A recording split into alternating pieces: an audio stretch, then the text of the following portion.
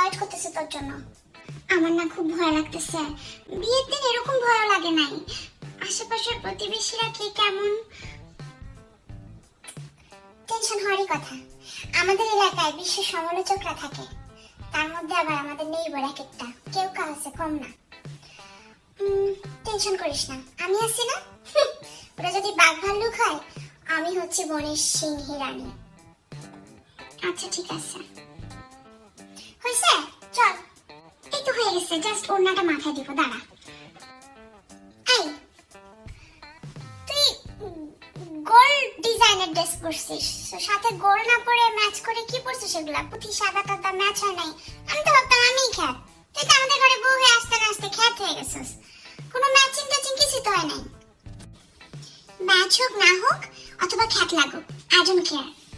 এটা আমাকে যে গিফট করছে সে চায় আজকে আমি এটা পরি। আচ্ছা তাই নাকি? তার চা পায় তুমি আর কি কি করো? এই নে তোর না, তাড়াতাড়ি মাথায় দে, চল। হ্যাঁ দোস্ত, রেডি। তোর কিন্তু অনেক জোস লাগতেছে। Thank you. আচ্ছা চল।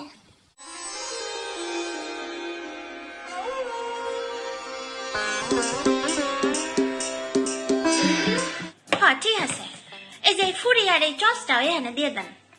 হ্যাঁ হ্যাঁ, এটা এখানে রাখ, ওটা এখানে রাখ। ঠিক আছে, মা এরকমই চাইছিল না?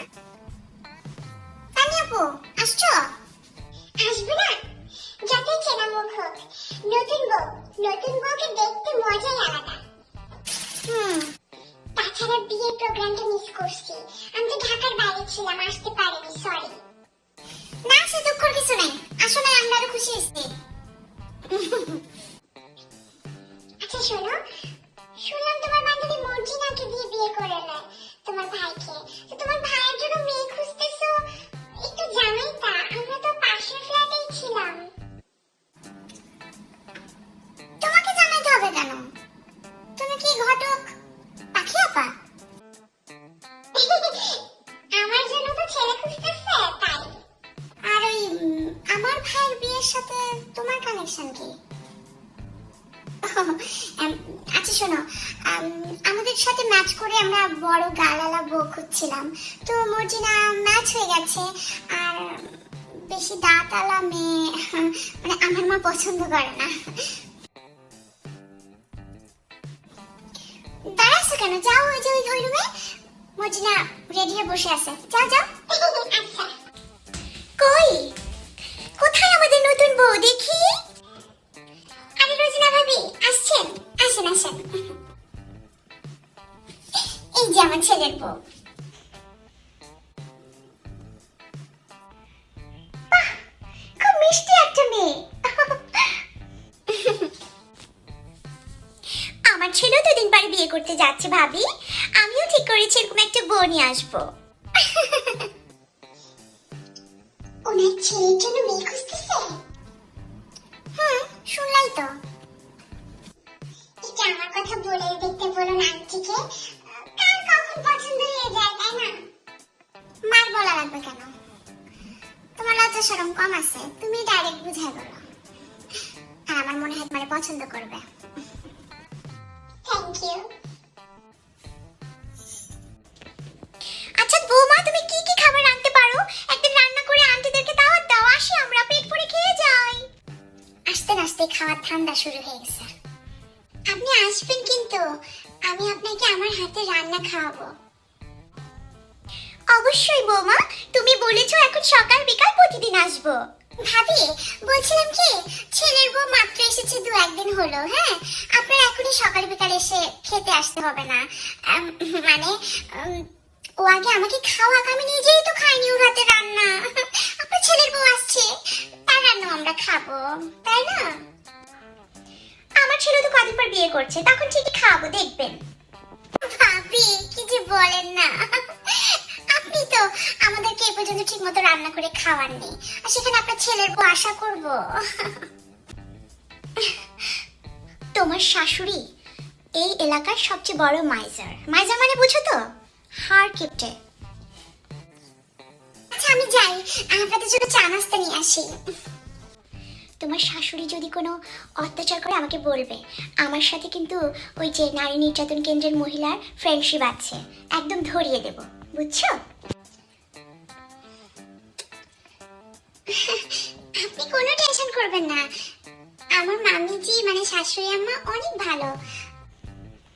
এতটা ওভারশিওর হলে কিভাবে? বিয়ে হয়ে এসেছে একদিনও হয় নাই, কয়দিন গেলেই বুঝবে। এক কাজ করো, আমার ফোন নাম্বারটা তোমাকে দিয়ে যাচ্ছি, কিছু হলে তুমি আমাকে ফোন দিবে। অনেকদিন ধরে ওর উপর আমার রাগ আছে, একদম নারী নির্যাতন কেন্দ্র দিয়ে ধরিয়ে প্রতিশোধ নেব। এখানে রাখ। আচ্ছা খালাম্মা। কি ব্যাপার ভাবি, আমার ছেলের বউর কাছে আমাকে নিয়ে কি উসফুস করা হচ্ছে, কি কান ভারী করা হচ্ছে? আমি কিন্তু সব বুঝি। কিছু না ভাবি, কিছু না। বলো না আবার। ভাবি এই নেন চা, সিঙ্গারা, সমোসা, আপনার যেটা ভালো লাগে। আচ্ছা, বৌমার মুখ দেখার অনুষ্ঠানটা কি দুপুরে করলে হতো না, বা ডিনারে? দুপুর আর ডিনারের মাঝামাঝি করেছেন, মানে শুধু একটু চা নাস্তা খেয়ে চলে যাব? এত সুন্দর বউ, একটু পেট ভরে না খেয়ে গেলে হয় বলো মা? এত সুন্দর বউ দেখতে এসেছেন, পেট ভরে খেতে চাইলে হাত ভরে গিফট আনতে হয়। কই কিছু এনেছেন? খালি হাতে এসেছেন, তো চা নাস্তাই খান। ঠিক আছে ঠিক আছে। ও মা, তোমার গলার নেকলেসটা তো খুব সুন্দর, বাবার বাড়ি থেকে দিয়েছে বুঝি? না, এটা উনি কালকে এনে দিয়েছেন। কি বলো? বোঝা গেছে তোমার হাজবেন্ড বউ পাগল হবে, কিন্তু তোমার শাশুড়ি কিন্তু হতে দিবে না। খুব সাবধানে থেকো কিন্তু, একদম ওই যে হাজবেন্ড আর শাশুড়ির টিপা গলে পড়ে জানটা একদম হস্তনষ্ট হয়ে যাবে। খুব সাবধান, হাজবেন্ডকে একদম পটিয়ে পটিয়ে রাখবে, বুঝছো? আর শোনো বৌমা, একটা বুদ্ধি শিখিয়ে দেই। তোমার হাজবেন্ডকে তোমাকে লুকিয়ে লুকিয়ে গিফট দিতে বলবে, এই শাশুড়ি কিন্তু সহ্য করবে না। আর গিফটগুলো শাশুড়ি দেখলে বলবে তোমার বাবার বাড়ি থেকে দিয়েছে। 2 in 1, হাজবেন্ডের গিফটও লুকাতে পারলে আবার বাবার বাড়ির সুনামও হলো। না না না, আমার শাশুড়ি আম্মা খুব ভালো মানুষ। আপনি যে মহৎ উদ্দেশ্যে আমাকে নিয়ে পিছে কথা বলছেন, শেষ হয়েছে আপনার কান ভারী করা? খুব মিষ্টি মেয়ে, খুব ভালো লেগেছে আমার মেয়েটাকে। যাকে আপনার যত বেশি ভালো লাগে তাকে আপনি তত বেশি কুবুদ্ধি দেন। এনিওয়ে ভাবি, জানেনই তো আমার ফ্ল্যাটটা অনেক ছোট, তারপর আবার ছেলের বউ আসছে, সো জায়গাও কম, একসাথে সব গেস্টকে জায়গা দিতে পারবো না। এই জন্য আমি অ্যাপয়েন্টমেন্টের মতো সব নেইবারকে বলেছি। আপনাকে 5টার দিকে বলেছিলাম, সো 15 মিনিটস, এখন 5:15 বাজে। আপনার টাইম শেষ, আপনাকে এখন যেতে হবে, কারণ এখন আমার বিশেষ আরেকজন গেস্ট আসবে। আচ্ছা, যাওয়ার সময় হয়ে গেল, তুমি কিন্তু অবশ্যই আসবে, তোমাকে আমার খুব ভালো লেগেছে। যে কোনো পরামর্শের জন্য তুমি আমাকে কল দিও। ঠিক আছে আন্টি, বাই। এই, তুমি যে ওই ভাবির ফোন নাম্বার নিছো না, ডিলিট করো, ডিলিট করো, ডিলিট করার আগে ব্লক করো। চরম কুটনিবাস, তোমার আমার মাঝে পুরো সংসারের মাঝে পেচকি বাঁধে একদম রিলেশন নষ্ট করে দিবে। খবরদার বাইরের মানুষের কথা শুনবা না। আচ্ছা মা। মা? আচ্ছা মামিজি, ঠিক আছে। একে তানি, তুমি এখনো দাঁড়িয়ে আছো কেন? তাড়াতাড়ি নাস্তা খাও, নাস্তা টাস্তা খেয়ে তাড়াতাড়ি যাও, আমার গেস্ট আসতেছে তো।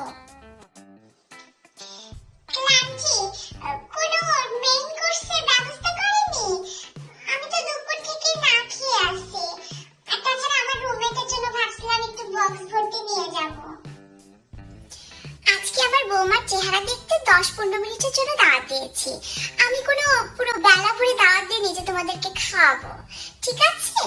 তারপরে এতটুকু সময়ের মধ্যে যে নাস্তার অ্যারেঞ্জ করেছি, শুকরিয়া করো।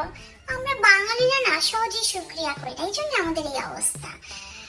তোমার ভাগে যে সিঙ্গারাটা যদি তুমি না খেতে চাও, বক্সে করে রুমমেটের জন্য নিয়ে যাও, তোমার চয়েস, তাই না?